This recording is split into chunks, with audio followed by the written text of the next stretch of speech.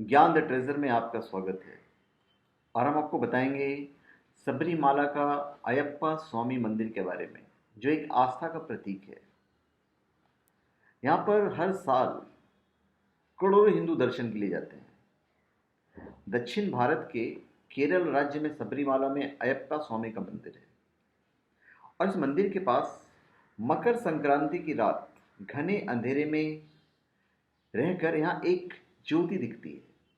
आज तक कोई उस ज्योति का रहस्य नहीं जान पाया है, और इस ज्योति के दर्शन के लिए दुनिया भर से करोड़ों श्रद्धालु हर साल आते हैं। कहते हैं कि जब जब ये रोशनी दिखती है, इसके साथ शोर भी सुनाई देता है। इस खास घटना को देखने के लिए हर साल अयप्पा मंदिर आने वाले भक्त मानते हैं कि देव ज्योति है और भगवान इसे जलाते हैं। अगर भक्तों की माने तो ये मकर ज्योति है। इस ज्योति के दर्शन के लिए करोड़ों भक्त अयप्पा स्वामी का दर्शन को आते हैं। आस्था के सागर में गोते लगाने वाले भक्त इसे मकर ज्योति कहते हैं। पुजारियों के मुताबिक मकर माह के पहले दिन आकाश में दिखने वाले एक खास तारा मकर ज्योति है। कई शताब्दियों से सबरीमाला तीर्थस्थल पूरे भारत और खास तौर से दक्षिण भारत के राज्यों के लाखों लोगों का आकर्षण का केंद्र बना है। यहाँ सबसे पहले भगवान अयप्पा के दर्शन होते हैं, जिन्हें धर्म सृष्टा के रूप में भी जाना जाता है। इन्हें वैष्णवों और शैवों के बीच एकता के प्रतीक के रूप में देखा जाता है। ऐसा माना जाता है कि इन्होंने अपने लक्ष्य को पूरा किया और सबरीमाला में इन्हें दिव्य ज्ञान की प्राप्ति हुई। अयप्पा से जुड़ी कहानी। केरल में भगवान अयप्पा का यह मंदिर करोड़ों श्रद्धालुओं के आस्था का केंद्र है। जिस तरह इस्लाम में मक्का मदीना है, उसी तरह इस मंदिर को मक्का मदीना की तरह विश्व के सबसे बड़े तीर्थ स्थानों में से एक माना जाता है, जहां करोड़ों की संख्या में हर साल तीर्थयात्री आते हैं। और यहाँ पे भगवान अयप्पा विराजते हैं। इनकी कहानी भी बड़ी अनूठी है। अयप्पा का एक नाम हरिहर पुत्र है। हरि यानी विष्णु और हर यानी शिव के पुत्र। हरि के मोहिनी रूप को ही अयप्पा का मां माना जाता है। सबरीमाला का नाम शबरी के नाम पर पड़ा है। जी हाँ, ये वही रामायण वाली शबरी है जिसने भगवान राम को झूठे फल खिलाए थे और राम ने उसे नवदा भक्ति का उपदेश दिया था।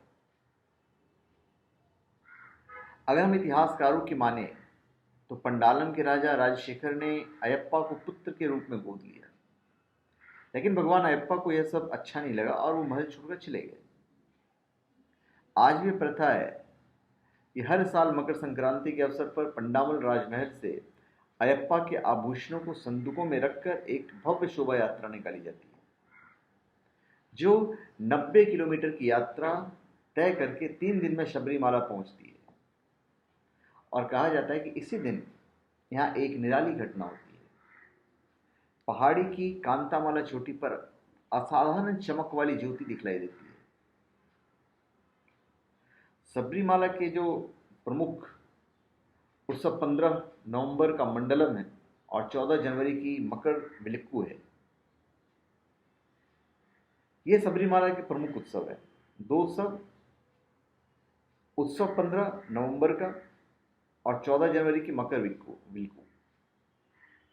मलयालम पंचांग के पहले 5 दिनों और विषु माह यानी अप्रैल में ही इस मंदिर के पट खोले जाते हैं।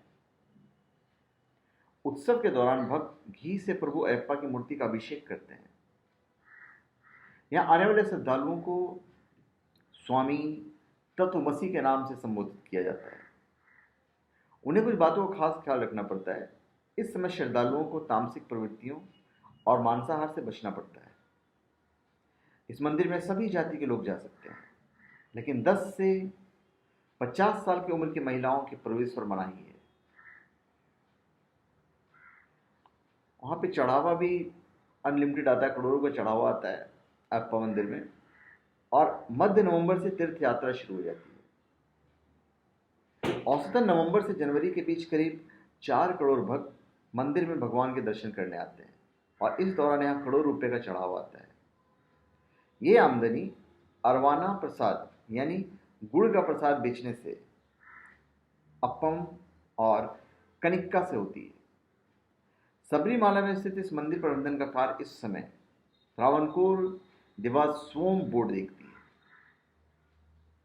कुछ समय पहले केरल हाई कोर्ट ने सबरीमाला में भगवान अयप्पा मंदिर का प्रबंधन देखने वाले त्रावणकोर देवस्थानम बोर्ड को प्रसाद की दरें संशोधित करने की मंजूरी प्रदान कर दी थी। समय समय पर प्रसाद की दरों में संशोधन किया जाता है।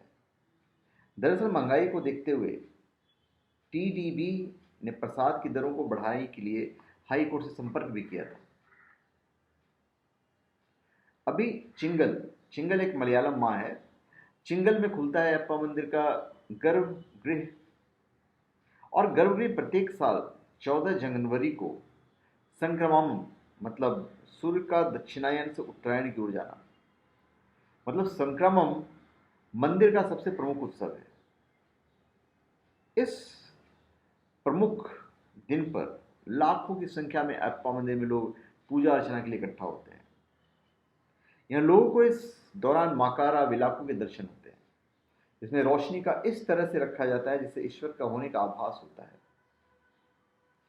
सबरीमाला मंदिर के करीब वावर नामक पुण्य स्थल है, और ऐसा माना जाता है कि यह किसी मुस्लिम विद्वान का है जो श्री अयप्पा के काफी करीब थे। यहाँ लोग सबरीमाला मंदिर में पूजा अर्चना करते हैं और साथ ही साथ वावर में भी माथा टेकते हैं, जो केरल में वर्षों से चली आ रही है।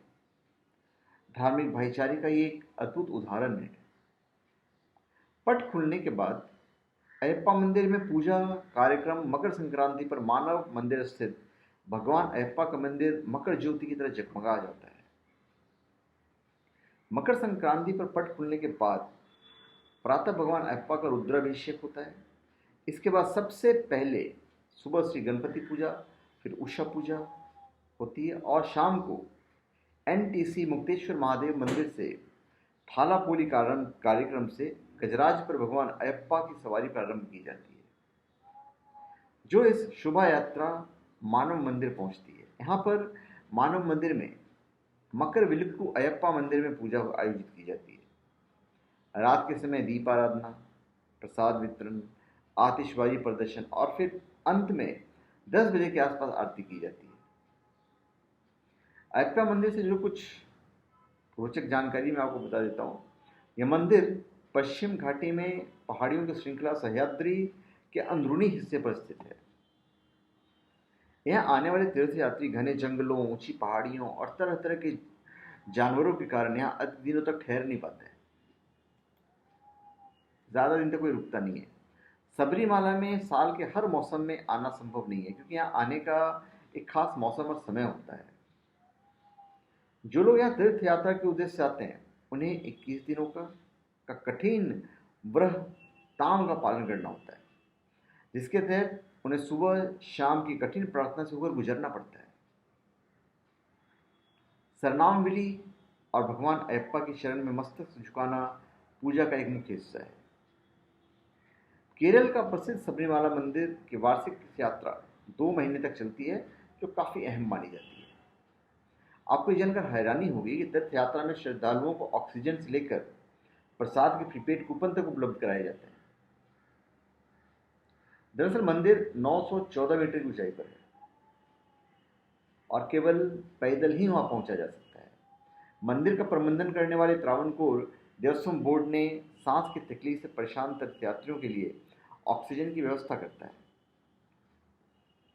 केरल के प्रसिद्ध पहाड़ी मंदिर सबरीमाला में भगवान अयप्पा के दर्शन को लेकर लगी कतारों और मौसम के अलावा मंदिर से जुड़ी अन्य विवरण की जानकारी भक्तजनों को अब तो वेबसाइट पर भी उपलब्ध करवा दिया है।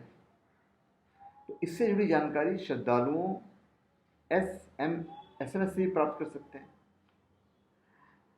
मिला जुलाकर सबरीमाला को सबसे लोकप्रिय तीर्थ स्थलों में से एक माना जाता है। यहाँ तक कि प्रमुख तीर्थ स्थलों की वैश्विक सूची में भी उसे जगह मिलती है, जहाँ वेटिकन एंड कुंभ और कुंभ जगह साझा करते हैं। यहाँ तक कि फोर्ब्स ट्रेवल्स भी इस जगह के विश्व के 10 सर्वाधिक लोकप्रिय धार्मिक स्थलों की सूची में रखता है। यहाँ सालाना करीब 6 करोड़ देसी विदेशी सैलानी आते हैं। तो धन्यवाद, आप हमारे चैनल पर सब्सक्राइब करें और अपने कमेंट दीजिए। धन्यवाद।